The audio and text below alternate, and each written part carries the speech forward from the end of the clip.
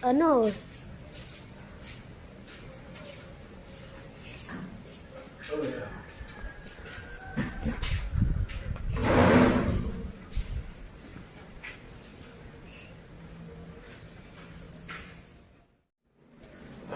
Quên.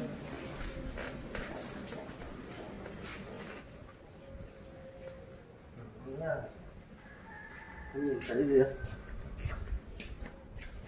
Chỉ thấy một hai con chó con thôi.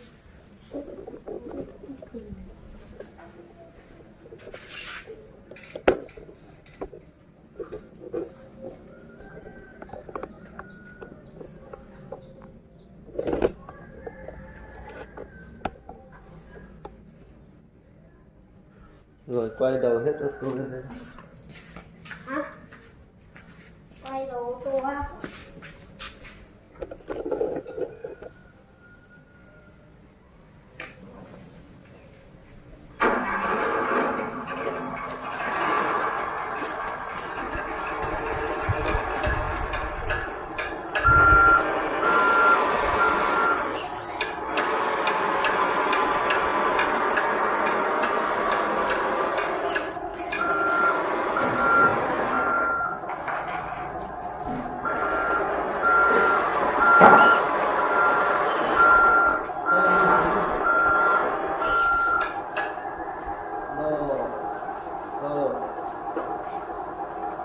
Bật máy xúc đi.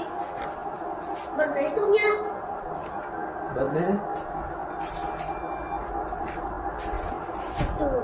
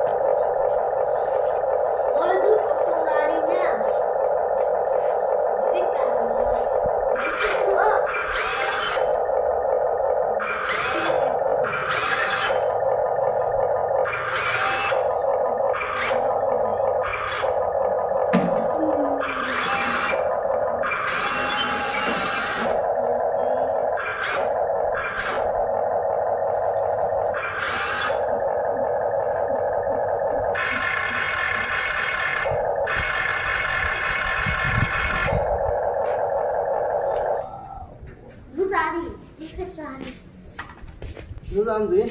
Hết pin rồi. Đi, ô, đi, đi.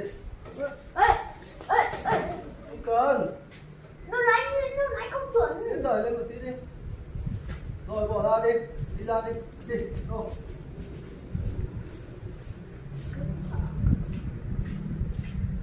Ôi chậm thôi. Ô.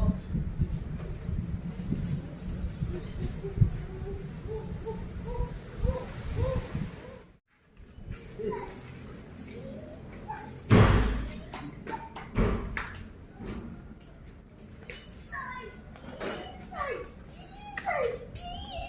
Đi. Ê, ê. Đi. Đi, đi, Đi, xuống đi. Ô, xuống đi. Đi, đi, đi, đi, đi, đi. đi. Đi đường này này. Đi đường này này. Đi đường này mới xuống đường này. Đi, đi, đi. Lộc giữ đằng sau nhá, không cho nó ấy quá. Ôi rồi. Dừng.